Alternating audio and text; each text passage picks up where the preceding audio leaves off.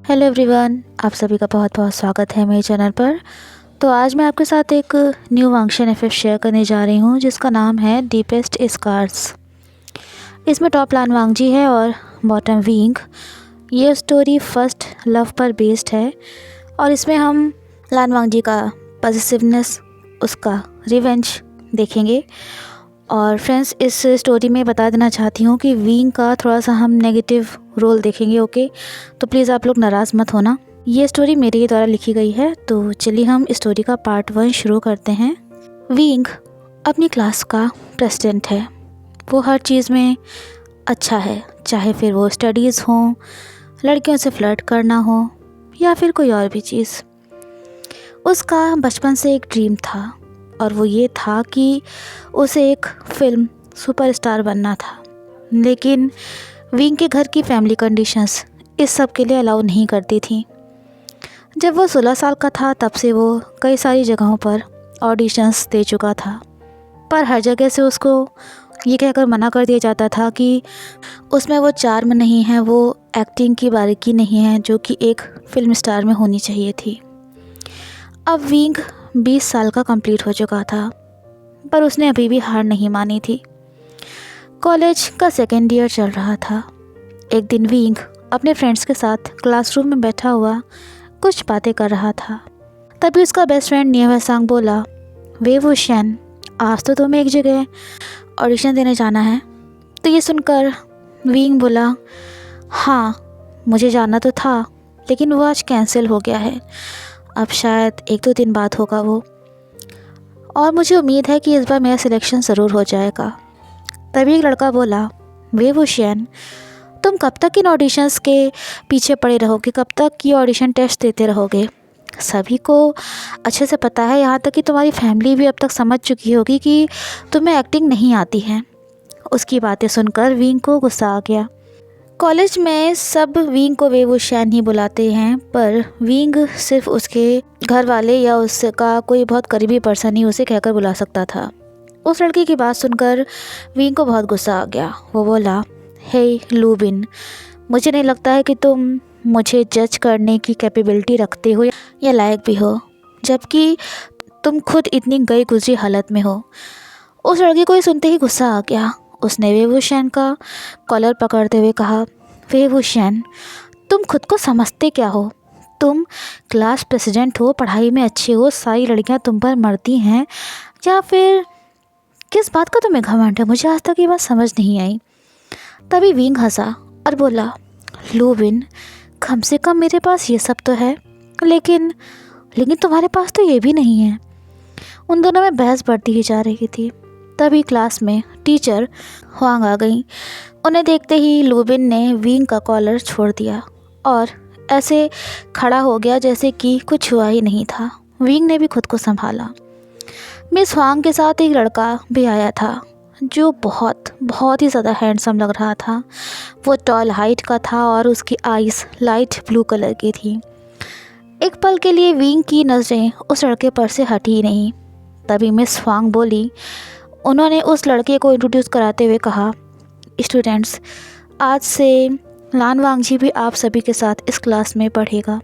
लान वांगजी, ये नाम सुनते ही सब चौंक गए, क्योंकि कंट्री में ये नाम और ये लुक एक ही फैमिली को बिलोंग करता था, और वो था लान एंटरप्राइजेस लान फैमिली, जो कि कंट्री की सबसे रिचेस्ट फैमिली थी। लान फैमिली में मिसेस लैन, जो कि एक बहुत ही बड़ी फिल्म प्रोड्यूसर थी, और उन्होंने कई न्यू टैलेंट्स को डेब्यू करने का मौका दिया था और कराया भी था। उनके late husband mister lashing hang कई साल पहले एक कार एक्सीडेंट में गुजर गए थे। उनके 2 बेटे थे। बड़ा बेटा लाशिजन, जो कि कंट्री का जाना माना डॉक्टर था, और छोटा बेटा लान वांगजी कॉलेज स्टूडेंट था। लान ब्रदर्स के अंकल लान चिरन अपने सिस्टर इन लॉ को उनके साथ उनके काम में असिस्ट करते थे।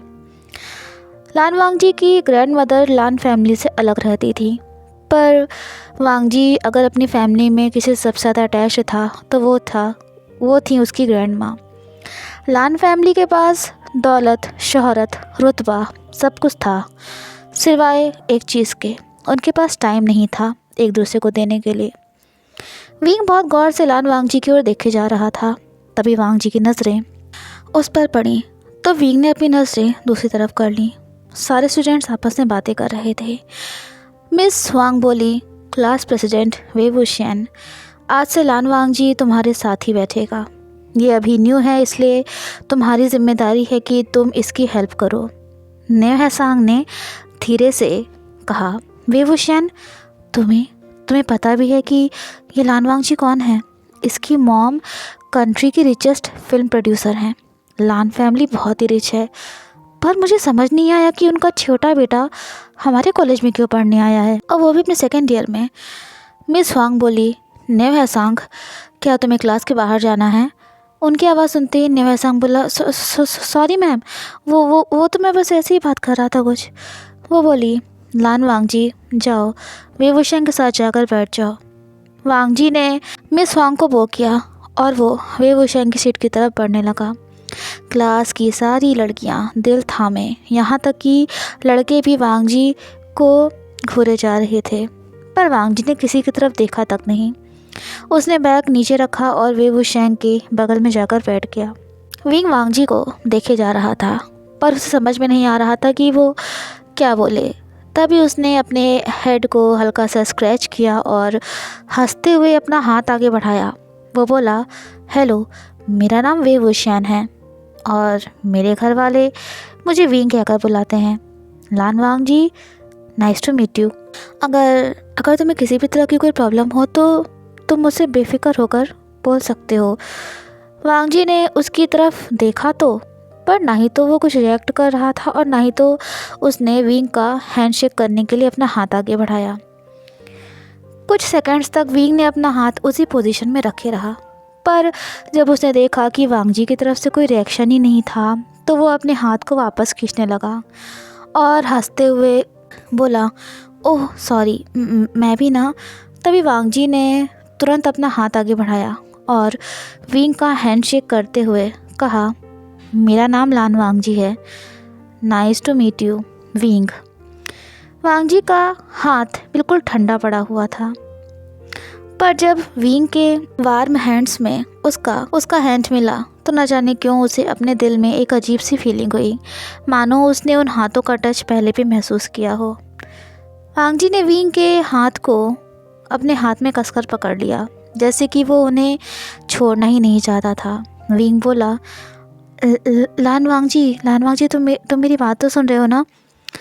शायद विंग ने गौर नहीं किया था कि वांगजी ने उसके विंग जो सब उसे उसके घर वाले बुलाते थे उस नाम से पुकारा था।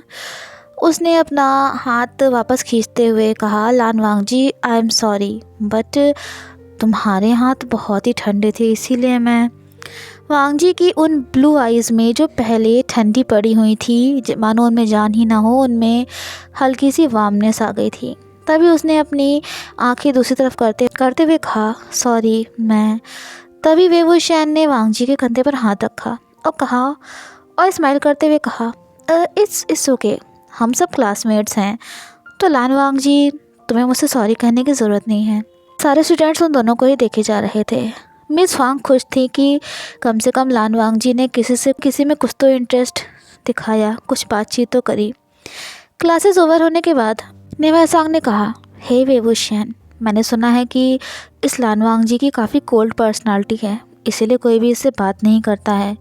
किसी की हिम्मत ही नहीं हुई कभी इसके करीब भी आने की, इससे बात भी कर सके। ये तुमने कैसे कर लिया?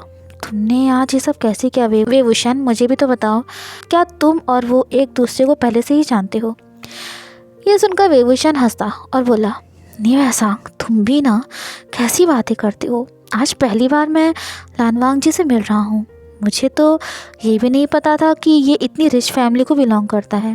तभी वो बोला, नेव हैसांग, क्या ये सच है कि उसकी मॉम कंट्री की सबसे बड़ी फिल्म प्रोड्यूसर हैं? नेव हैसांग बोला, हाँ, ये सच है। वो बोला, वे वुशियन, लेकिन तुम ये सवाल क्यों पूछ रहे हो? विंग बोला, कुछ नहीं, वो बस मैं ऐसे ही पूछ रहा था। वो कॉलेज के एंट्रेंस डोर से बाहर निकलने ही वाला था कि तभी अचानक से एक मर्सिडीज़ कार उसके सामने आकर रुक गई। विंग और नेव हैसांग दोनों ही चौंक गए। कार की बैक सीट का डोर ओपन हुआ। लान वांगजी अंदर बैठा हुआ था। वो बोला, विंग चलो, मैं तुम्हारे घर तक तुम्हें छोड़ दूँ। विंग, ये शब्द जब दोबारा सुना गया तब विंग को होश आया कि वांगजी ने उसे इस नाम से पुकारा है। लेकिन क्यों? वो और वांगजी तो एक दूसरे के क्लोज भी नहीं थे। विंग वांगजी की बात सुनकर चौंक गया और बोला, अरे नहीं नहीं, इट्स ओके, मैं चला जाऊँगा। तभी नेवासांग ने उसे हल्का सा पिंच किया और कहा, अरे मुझे याद आया, मुझे लुबिन के साथ एक असाइनमेंट पर बात करनी है। विंग सुनकर चौंक गया और बोला, नेवासांग लेकिन तुम। पर तब तक नेवासांग वहाँ से जा चुका था। विंग बहुत ही ज़्यादा नर्वस फील कर रहा था। वो कैसे कैसे कैसे वांगजी के साथ कार में बैठ सकता था। तभी वांगजी ने उसकी तरफ अपना हाथ बढ़ाया और कहा, विंग प्लीज़ कार में आकर बैठ जाओ। विंग की दिल की धड़कनें बहुत तेज़ हो गई थी। उसने स्माइल किया और कहा, ओह ओके। फिर वो कार में जाकर बैठ गया। वांगजी बोला, ड्राइवर कार ड्राइव करो। माहौल बहुत ही सीरियस था। ना ही तो वांगजी कुछ कह रहा था और ना ही तो विंग। तभी अचानक से उन दोनों का हाथ एक दूसरे से टच कर गया। विंग बोला, सॉरी, वो मैं। पर तभी उसने देखा कि वांगजी ने उसके हाथ को अपने हाथ में पकड़ा हुआ था। विंग ने अपना हाथ वापस खींचने की कोशिश करी पर वांगजी ने उसे टाइटली पकड़ रखा था। विंग ने फिर कोशिश करना बंद कर दिया। उस सन्नाटे में न जाने कितने ही बातें विंग के दिल में चल रही थी। तभी अचानक से कार के ड्राइवर ने ब्रेक मार दिया। विंग का सर कार के शीशे से लड़ने वाला था पर तभी वांगजी ने उसे अपनी बाहों में पकड़ लिया। उनके लिप्स एक दूसरे को किस करने से बस थोड़ी दूर पर रह गए थे। विंग ने अपनी आंखें बंद कर ली थी पर वांगजी की गर्म सांसें उसके गाल से टकरा रही थी। तभी वांगजी की डीप हस्की वॉइस से विंग की आंखें अचानक से खुल गईं। वांगजी बोला, विंग तुम ठीक तो हो ना? तुम्हें कहीं चोट तो नहीं लगी है? विंग को समझ में नहीं आ रहा था कि ये सब क्या हो रहा है।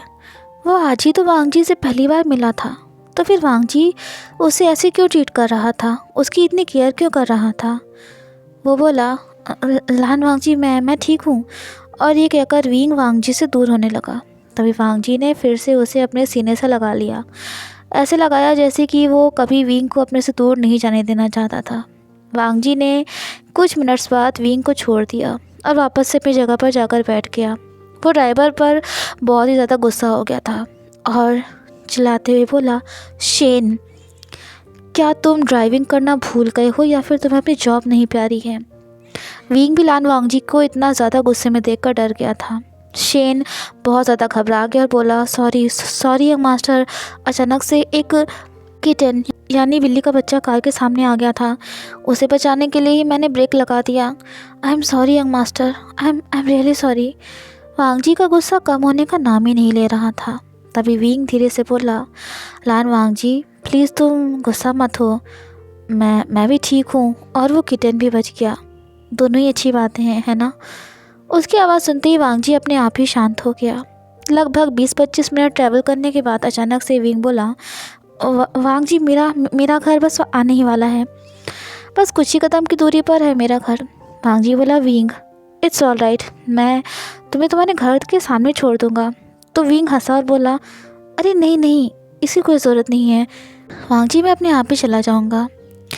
मनी मन वो कह रहा था, वांगजी मैं नहीं चाहता कि तुम मेरा घर देखो। कहाँ तुम्हारी फैमिली इतनी रिच है और कहाँ मैं। तभी वांगजी ने विंग के गाल पर हाथ रखा और कहा, विंग सॉरी, मेरे ठंडे हाथों की वजह से तुम्हें अजीब फील हो रहा होगा, लेकिन बाय बर्थ मुझे ये प्रॉब्लम है, मेरे हैंड्स ज़्यादातर कोल्ड रहते हैं। आई होप तुम्हें कोई इनकन्वीनियंस नहीं हुआ होगा। ये सुनकर विंग हंसा और बोला, अरे इट्स ओके, मुझे कोई प्रॉब्लम नहीं है। ये कहकर उसने कार का डोर ओपन किया और अपने घर की तरफ जाने लगा। वांगजी एकटक विंग की ओर देखे जा रहा था। तभी अचानक से चलते चलते विंग रुक गया और पीछे मुड़कर वांगजी की ओर देखते हुए बोला, बाय बाय वांगजी और थैंक यू मुझे मेरे घर तक ड्रॉप करने के लिए। कल फिर मिलेंगे। उसकी बात सुनकर वांगजी के फेस पर एक हल्की सी स्माइल आ गई। शेन की नज़र फ्रंट मिरर पर पड़ी तो उसने देखा कि वांगजी मुस्कुरा रहा था। वो चौंक गया क्योंकि आज से पहले शायद ही कभी उसने अपने यंग मास्टर को मुस्कुराते हुए देखा था। तभी वांगजी बोला, शेन, कार को ग्रैंड माँ के घर ले चलो। ये सुनकर शेन चौंक गया और बोला, लेकिन यंग मास्टर, आज तो आपकी मॉम ने घर पर पार्टी अरेंज करी है जिसमें आपका पहुंचना बहुत ज़रूरी है। वांगजी बोला, शेन, तुम मेरे ड्राइवर हो, मैं जो कहूँगा वही तुम्हें करना होगा। और रही बात मॉम की, तो डोंट वरी, मैं उनसे बात कर लूँगा, तुम्हें फ़िक्र करने की ज़रूरत नहीं है। शेन ने कहा, ओके यंग मास्टर। वांगजी की ग्रैंड माँ एक छोटे से और सिंपल से घर में रहती थी, जिसके चारों तरफ एक खूबसूरत सा बगीचा था और कई सारे ब्यूटीफुल एंड क्यूट रैबिट्स भी थे। ग्रैंड माँ चेयर पर बैठी एक बुक पढ़ रही थी। तभी वांगजी चुपचाप से जाकर उनकी आंखों पर अपना हाथ रख देता है। ग्रैंड माँ पहले तो चौंक गई, पर जब उन्होंने हाथों को टच किया तो वो हंसी और बोली, वांगजी, मेरे बच्चे, तुम आ गए। वांगजी ने अपनी ग्रैंड माँ को हक कर लिया और कहा, ग्रैंड माँ, आपको कैसे पता चला कि मैं ही हूँ। ग्रैंड माँ मुस्कुराई और बोली, वांगजी, तुम्हारे अलावा मुझसे यहाँ मिलने और कोई आता है क्या? पहले तुम्हारे डैड आ रहे थे, लेकिन ये कहते कहते उनकी आंखें नम हो गईं। तभी वांगजी ने उनके आंसुओं को पोंछते हुए कहा, ग्रैंड माँ प्लीज़, आप उदास मत होइए, वरना मैं भी उदास हो जाऊँगा। ग्रैंड माँ ने स्माइल किया और कहा, ओके ओके, अब मैं नहीं उदास हूँ। तभी उन्होंने वांगजी के चेहरे को अपने हाथ से पकड़ते हुए कहा, आज मेरा पोता बहुत खुश नज़र आ रहा है, क्या आज कुछ स्पेशल हुआ है? वांगजी, जिसने अपनी ग्रैंड माँ की गोद में अपना सर रखा हुआ था, उसने कहा, ग्रैंड माँ, आज मुझे वो मिल गया। ग्रैंड माँ बोली, कौन कौन कौन वांगजी? तभी उनका चेहरा खुशी से चमक उठा। वो बोली, वही वही जिसने बचपन में तुम्हें। वांगजी बोला, हाँ हाँ ग्रैंड माँ, वही विंग, जिसने मुझे उस अंधेरी ठंडी रात में सड़क पर मरने से बचाया था। ग्रैंड माँ, विंग के वार्म हैंड्स की वजह से मैं बच गया था। ग्रैंड माँ ने वांगजी के सिर को सहलाते हुए कहा, वांगजी, मैं सच में आज बहुत खुश हूँ। कम से कम आज तुम्हें वो पर्सन मिल गया जिसका तुम इतने टाइम से इंतज़ार कर रहे थे और ढूंढ रहे थे। होप सो फ्रेंड्स, ये पार्ट 1 आपको पसंद आया होगा और कमेंट्स में बताइएगा जैसा भी लगा हो। तो फिर मिलते हैं नेक्स्ट पार्ट में। Till then take care, have a nice day. Video अच्छी लगी हो तो लाइक शेयर, चैनल को सब्सक्राइब करना मत भूलिएगा। तो अभी के लिए फिर बाय बाय।